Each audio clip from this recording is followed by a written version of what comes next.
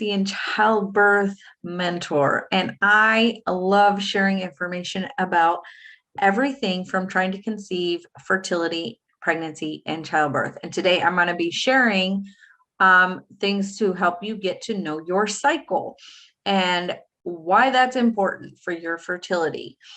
So many of us have used contraceptives at some point in our lives, and many of us have even started using the IUDs and the other internal preventatives. And what many of us don't think about is the damage that that does. I know as I was on contraceptives when I was younger, and I never really thought about what it does inside of our bodies because they don't teach us that. But one thing it does is it disturbs the hormones, it disturbs the process. And while you may have had a period, it wasn't a real period. And then therefore, we don't really know our cycles once we get off of those contraceptives. So I just want to encourage you to look into information, learn your body, learn your cycle, and allow yourself some time to adjust and to grow in who you are. So if you are not somebody who has been tracking your cycle, or you're in that stage of trying to conceive and you are wanting to learn more about your cycles and how they flow for you, because we are all different, there is great apps out there that make it possible for you to track your cycles very easily.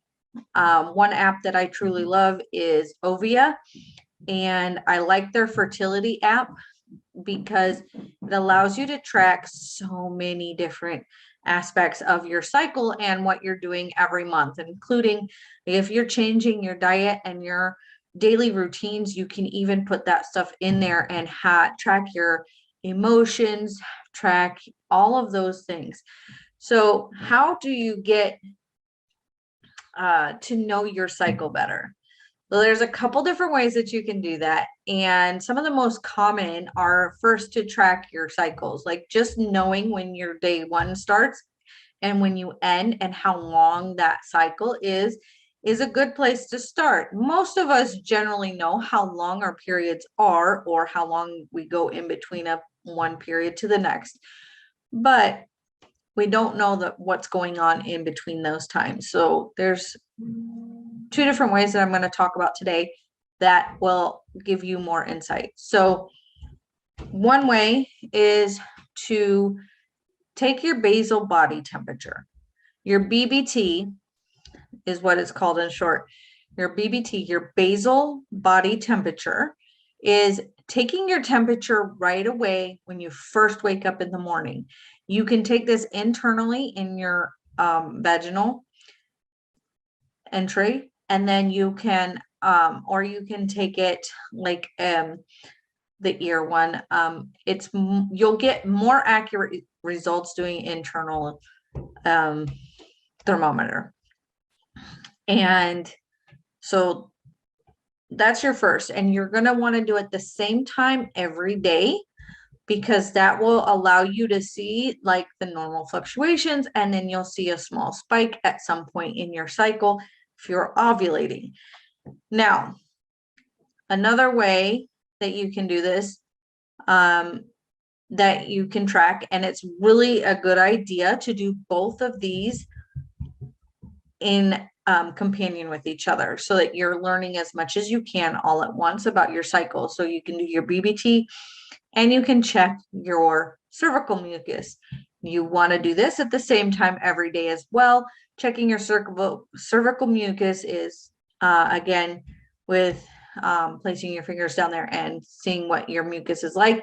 Is it thick and sticky? Is it more loose and wet? When you're closer to ovulation, it will be like egg whites, where you can do this and it will be stringy between your fingers. And that is a good sign of ovulation. So if you are tracking your cycles to prevent conception, you want to be able to know when you're in that space in that time area of avoidance, right? So you can do these two things at the same time. You want to do them at the same time every day. And you want to be able to track them on a daily because it will help you learn more about your cycle. And it'll help you understand how your body is working and how it's signaling you as to what's going on as well. When you're doing this, you can track it in your phone on an app. Again, the Ovia app is very nice. It has all the buttons like you just push and click on, and you can make yourself notes and all of that in there. So it's very convenient to have, and it will graph it for you as well. So you have the ability to look at a graph and see how it has been. Another thing you can also check is cervical position. So your cervix moves up and down throughout your cycle. Like it'll be lower when you're closer to your period, and it'll be higher when you're further away from your period. So you're gonna want to, you can do internal checks. You can do this at the same time that you're checking your cervical mucus, and you can feel if you've had children previously, you may feel that your cervix is a little bit dilated, maybe a slit in it, and that is completely normal. But you can normally feel at least the opening, and you can feel your cervix, and it will feel different at different times throughout your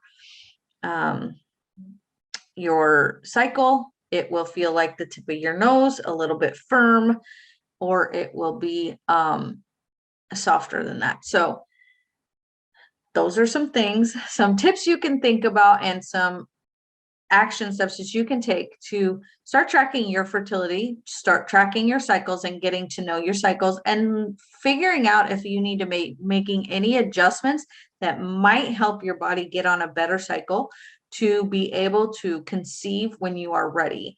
If you are already trying to conceive, it is very important to know when these things are going on so that you are making the best of your efforts. And I would also say that if you are not already on a prenatal with folate, then you should find one and get on it. It is best to be on one and be thinking about these things at between 3 and 6 months prior to conception. So I hope you found this helpful. Again, my name is Amanda, and I am super excited to be here and serving you in this manner. If you are watching this on YouTube, please subscribe and share this video with your friends so we can get some more education going out into the world for positive experience. And if you're watching this in my group, thank you so much for being here. Thank you for your encouragement. Thank you for putting your questions out there. And thank you for being a part of this wonderful community. If you're not in my group and you want to learn more about your body, about pregnancy and childbirth, then jump on in. It's open-minded and empowered birthing mamas on Facebook. I look forward to seeing you there. And if you have mindset blocks that are keeping you from conception, pregnancy, or childbirth, you want to jump in our group. In a couple of weeks, I'm launching a mindset reset around pregnancy and childbirth, and it is to reset our minds to believe in the creation of our bodies and how all of this is just a natural part of our bodies and our life, and how what we do on the outside affects the inside, and how this up here can be our strongest tool.